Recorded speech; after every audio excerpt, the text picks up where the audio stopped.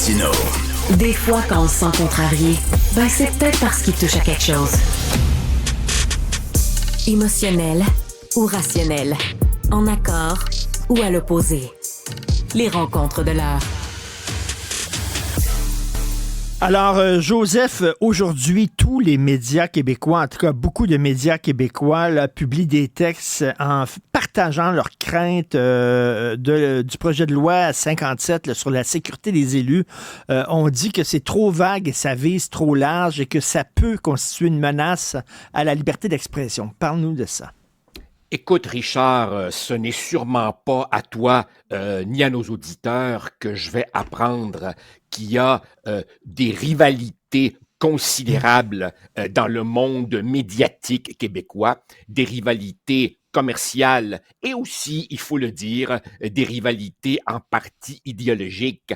Et donc, quand l'ensemble des médias se mettent ensemble, pour parler d'une seule voix, c'est que vraiment, il y a quelque chose là.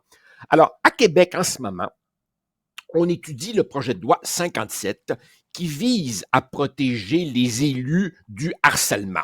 On en a déjà parlé, toi et moi. Il est vrai que les élus sont souvent harcelés.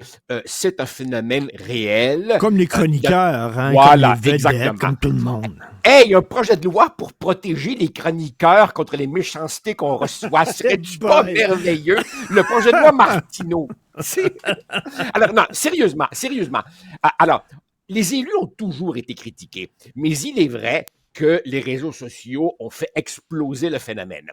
Et dans sa forme actuelle, le projet de loi donne à un élu ou au directeur général des élections le droit de s'adresser aux tribunaux et confère ensuite aux tribunaux le pouvoir d'ordonner à un citoyen ou à un média de cesser de diffuser un propos, et ici, j'ouvre les guillemets, qui entrave indûment l'exercice de ses fonctions ou porte atteinte à son droit à la vie privée.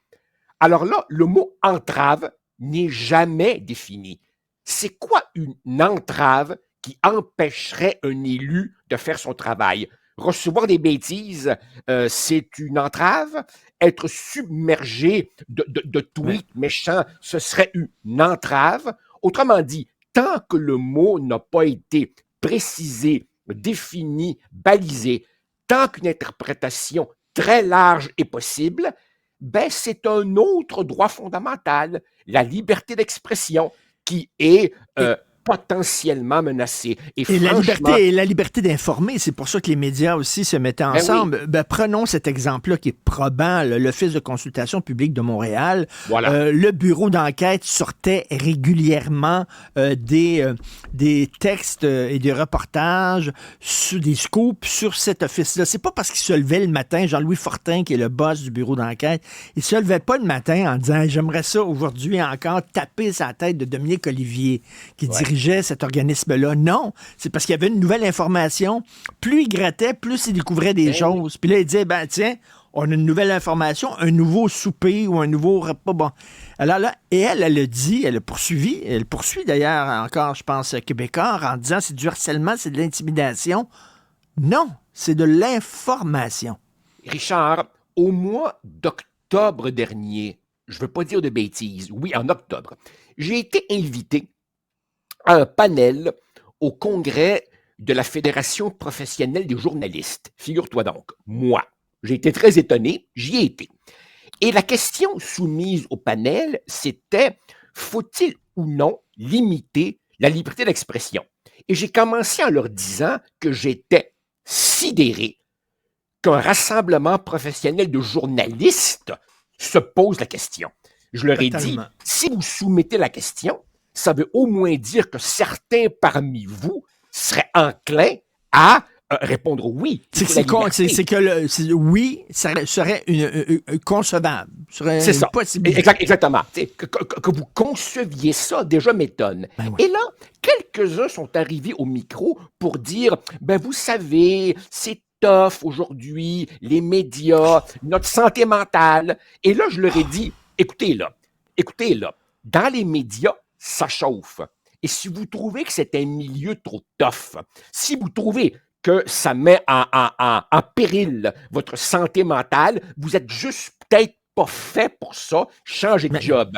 Eh bien, je reprends si ça. Et si tu as des vraies menaces, et si tu as des vraies menaces, les lois actuelles te permettent de porter plainte. Voilà. Je l'ai fait, ma blonde l'a fait, et il y a eu des accusations formelles qui ont été portées contre des gens. Les lois actuelles, est-ce qu'on a besoin d'une autre loi? Alors, je transpose ça au monde de la politique. Ça a toujours été tough d'être un élu municipal, provincial ou fédéral. Personne ne t'a obligé à aller en politique. Personne ne t'a obligé d'aller en politique. Même que, quand un parti t'approche pour être candidat, petit conseil, vérifiez donc avant dans quoi vous vous embarquez. Allez donc à quelques séances du conseil de ville. Allez donc parler à l'élu qui est en place. Allez donc assister à une période de questions. Et si vous trouvez que c'est un milieu tough, n'y allez juste pas. Personne ne vous oblige. Voilà. Autre sujet. Ça vient d'où, ça, ce stéréotype, ce cliché, cette caricature du col bleu qui se pogne la bang, qui est appuyé sur sa pelle puis qui veut en faire le moins possible? C'est épouvantable, ce cliché-là qui circule. C'est tellement déconnecté de la réalité sur le terrain où ce sont de valeureux travailleurs, là. Des prolétaires, la classe ouvrière, l'avant-garde qui va réaliser le communisme radieux. Non, sérieusement, Richard, moi qui fais un gros effort pour essayer de me tenir à jour, quelqu'un a oublié de me dire que Rock et Belles Oreilles s'était réunifié pour notre plus grand plaisir. Parce que, évidemment, la vidéo qui a été portée à notre connaissance, écoute, au début, je me suis dit, c'est un sketch. Ça se peut pas. Mais non, c'est vrai. Alors, c'est donc le président du syndicat d'école bleue de la ville de Québec, et ici, je ne veux pas dire de bêtises, attends, je consulte mes notes, Luc Boissonneau, qui explique comment ralentir le travail. Et si vous pensiez, chers auditeurs, que Bernard Rambaud-Gauthier était caricatural, mais non, ce n'était qu'un acte préliminaire. Allez écouter ce gars-là, c'est absolument extraordinaire. Alors, il donne des exemples. Alors, c'est la science pédagogique. Il donne des exemples. Et il dit, si on te dit d'aller ramasser quelque chose à une adresse le 2490, tu y vas, surtout pas trop vite. Mais si juste à côté, au 24,80, tu vois quelque chose qui traîne par terre et qui mériterait aussi d'être ramassé, tu ne le fais surtout pas parce qu'on t'a demandé le 24,90, pas le 24,80. Bref, tu fais l'imbécile, tu laisses le bon sens au vestiaire, tu ne prends surtout aucune initiative. Richard, ça devient dur de dire que dans une perspective historique, les syndicats sont nécessaires. On le voit, là. Voilà, c'est lui. Oui, le zéro du samedi, c'est lui, ça. Écoute, c'est pas possible. Et après ça, ils se demandent d'où vient leur crise de crédibilité. Écoute, je me rappelle, Richard, quand j'étais encore prof au HEC, j'avais une séance de cours où j'expliquais à mes étudiants la nécessité historique des syndicats pour que les travailleurs puissent faire contrepoids à la force des patrons. Et je voyais le scepticisme de mes étudiants et j'en ramais un coup pour leur montrer que oui, des fois, vraiment, c'est nécessaire des syndicats. Mais là, je t'avoue que quand tu vois ça, là, c'est totalement décourageant.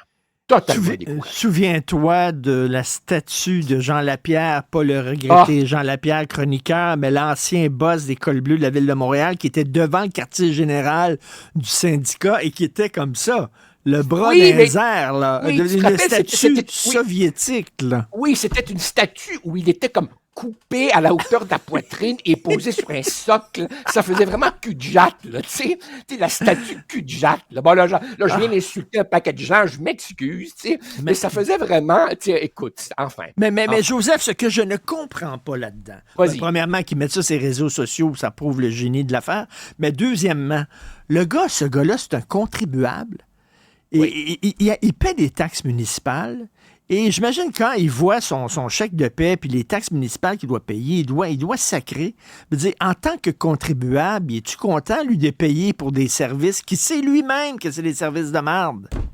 Oui, mais quand tu vois le niveau de rémunération des employés municipaux, quand tu vois les avantages qui leur ont été consentis, quand tu vois que les conventions collectives sont coulées dans le béton et que le seul socle au départ, c'est toujours plus, toujours plus, toujours plus, c'est-à-dire qu'on demande plus, mais quand la partie patronale, en contrepartie, demande des assouplissements, ça, c'est non recevable. Quand tu considères en plus que pour devenir un élu syndical, tu jouis d'une libération qui est évidemment rémunérée, probablement que pour répondre à ta question, même quand il regarde son compte de taxes, il est largement gagnant, largement bénéficiaire. Enfin, totalement décourageant. En terminant, tu as Oui. certainement lu, bien sûr, ses propos, la lettre coup de poing d'Alexandre Picard, Ah oui. père de famille, ex-joueur du Canadien, qui parle du hockey mineur et entre autres des parents. Richard, alors là, c'est pas n'importe qui. C'est quand même quelqu'un qui a joué 253 matchs dans la Ligue nationale et qui a ensuite fait une longue carrière en Europe, analyste à TVA Sport. Son fils joue au hockey mineur et ça confirme encore ce que je pense. Le hockey pourrait être le plus beau sport du monde s'il n'était pas si souvent dirigé par les gens les plus stupides du monde. Alors, M. Picard, non mais M. Picard, dont on aurait pu s'attendre à ce que, vu sa trajectoire, il défende ce que j'appellerais la conception préhistorique et jurassique du hockey mineur. Non, il dit, écoutez, là, ils sont 0,03%. 0,03% qui vont atteindre la Ligue nationale. Alors, on pourrait-tu, s'il vous plaît, faire quelque chose avec ces parents qui capotent dans les gradins, ces parents qui tiennent des statistiques de leurs jeunes comme si c'était leur avenir, ces entraîneurs qui crient, cette iniquité du temps de glace qui font qu'on oublie le plaisir, on oublie les vertus éducatives du sport et il s'est même amusé, je pense que c'est pas le bon mot, il s'est même amusé à comptabiliser le temps de glace donné par l'entraîneur-chef de la propre équipe dont lui est entraîneur adjoint. Donc évidemment, ça a dû brasser dans son vestiaire une très belle lettre à lire. C'est un papa qui est amoureux du sport, qui dit des vérités qui devraient être dites et redites. Et ce qui est intéressant, c'est qu'il dit en Europe, ils n'ont pas la même conception du hockey mineur. Voilà. Là-bas, Et ça ne les empêche pas de percer. Si tu vois le nombre croissant d'Européens dans la Ligue nationale, c'est pas vrai que considérer ça comme un plaisir, considérer ça comme un jeu jusqu'à l'adolescence empêche les possibilités de percer pour ceux qui ont le talent. Non. À se comporter comme on se comporte, la conséquence principale, c'est de les écœurer de faire du sport. Et ensuite, évidemment, on va déplorer qu'ils soient sur leur sofa ou enfermés dans leur chambre à pitonner pendant toute la fin de semaine. Exactement. Enfin, Puis ceux qui disent, ah oui, c'est la masculinité toxique, ça, on a vu des vidéos, il y a des mères aussi dans les arénas. Il y a des mères qui crient après les arbitres puis tout ça, là. C'est pas une histoire de gars. Non, c'est vraiment un très beau témoignage. Vraiment, le très beau témoignage. Merci, Joseph. 3 sujets importants aujourd'hui. Merci. À demain. Bonne journée. Au plaisir. Salut. Prends soin de toi. Bye. Vas-y.